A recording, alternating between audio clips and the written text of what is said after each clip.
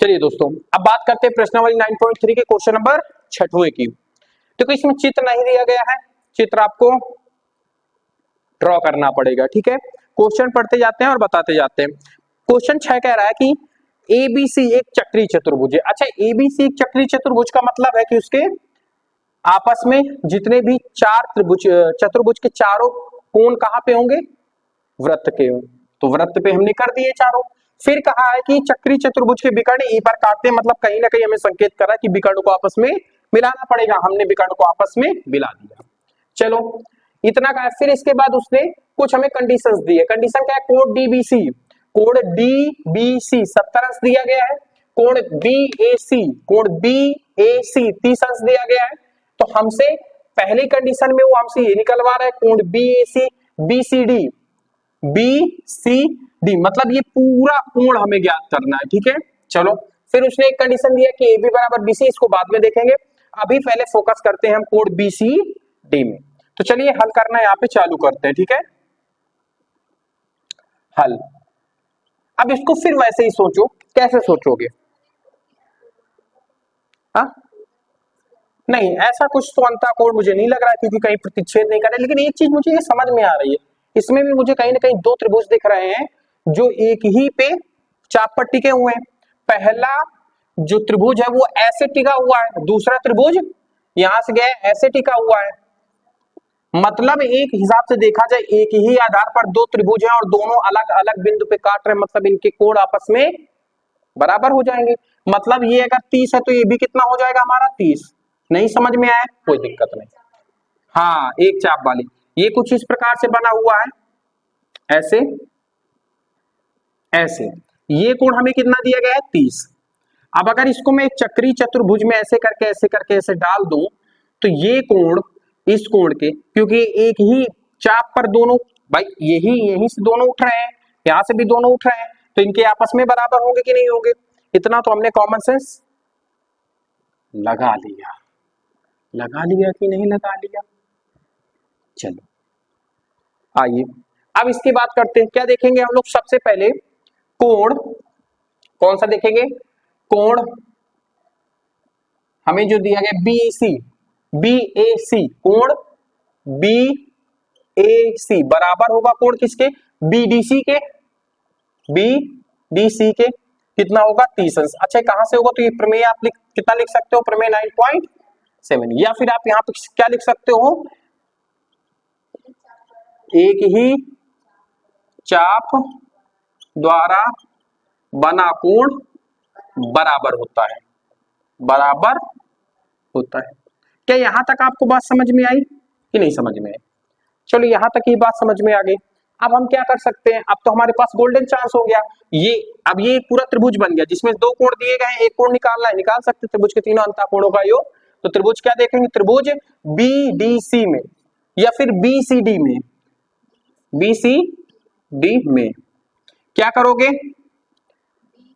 अब इसको अलग बनाते तब आपको बढ़िया समझ में आएगा। ये है बी, ये है सी, ये है डी, ये हमें पूरा निकालना है। ये हमें 70 अंश दिया गया है, ये हमें 30 अंश दिया गया है। ठीक है, तो हम क्या करेंगे?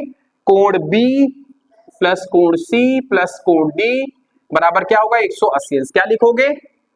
त्रिभुज के तीनों अंतः कोणों का मान कितना हो जाता है? 180 अंश होता है।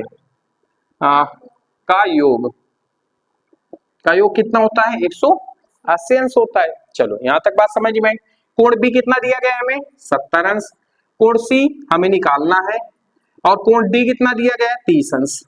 तो अब आपको, अगर आप इंटेलिजेंट होगे तो आपको समझ में आ रहा होगा कि कितना आएगा। 80 आंसर आएगा। 7 3 10 प्लस के 100 हो गया 180 अंश।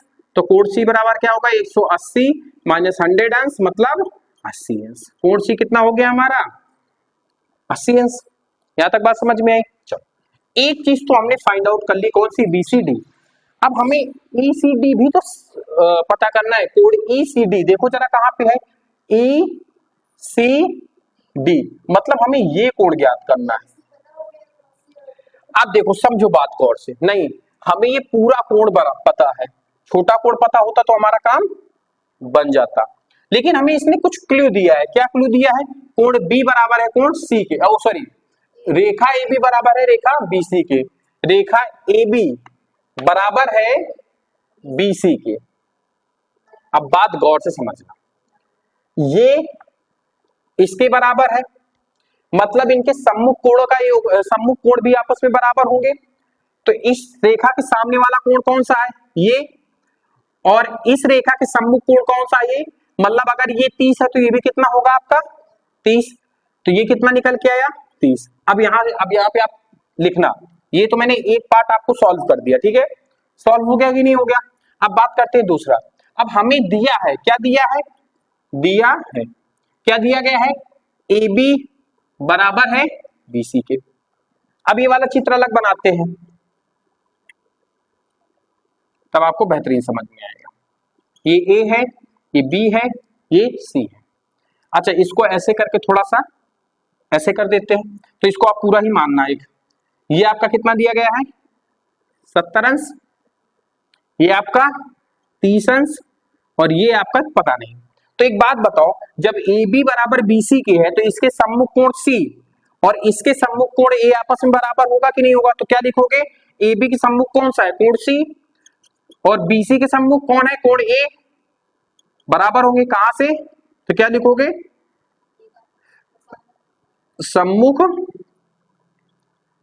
सम्मुख रेखा के सामने वाला, नहीं ये गलत हो गया, नहीं, बराबर रेखाओं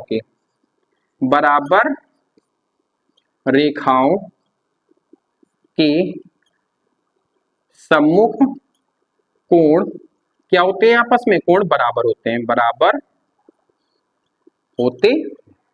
क्या होते हैं आपस में? बराबर होते हैं। तो कोण सी बराबर कोण ए है, कोण ए हमें कितना दिया गया है 30 अंश, तो कोण सी भी हमारा कितना निकल के आ गया 30 अंश। मतलब ये अंदर वाला 30 है और पूरा हमने कितना निकाला है इसको 80 है, तो ये वाला कितना हो जाएगा? कोण ECD कितना हो जाएगा? समझना गौर से, कोण ECD आपस में किसके बराबर होगा? अगर मैं बड़े वाले कोण की BCB, कोण जो ये C है, इसी को हम लोग कोण क्या कहते हैं भाई? यही तो पूरा हमने निकाला है ना, ये वाला कोण DCB, कोण DCB। तो EC क्या हो जाएगा? कोण कोण DCB माइनस कोण, ये वाला घटा देंगे भाई, अगर पूरे में ये घटा दे तो ये वाला निकल आएगा, तो ये वाला क्या हो जाएगा हमारा ACB।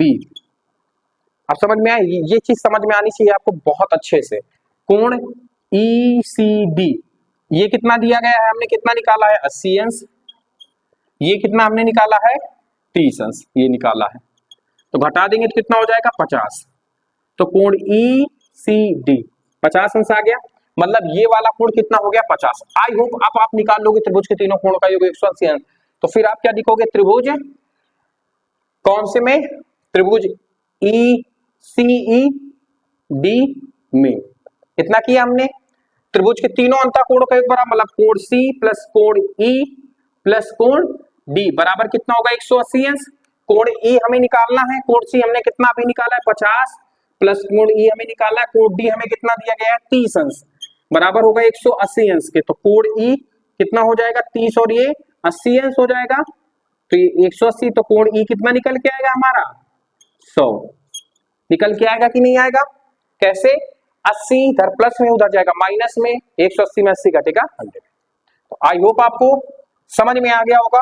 नहीं समझ में आया तो इसको 1 से 2 बार आप देख सकते हैं, आपके पास मल्टीपल चॉइस है। यूट्यूब में पढ़ने का यही आपका बहुत अच्छा फायदा होता है कि आप एक ही क्वेश्चन को कई बार उसको देख सकते हैं। तो आज की क्लास को यहीं पे एंड करते हैं, बाकी बातें करते हैं नेक्स्ट क्लास में। आई होप आप अच्छे से पढ़ रहे होंगे और अपनों का ख्याल रख रहे होंगे। बाकी बातें करते हैं नेक्स्ट क्लास में। धन्यवाद साथ बने रहने के लिए।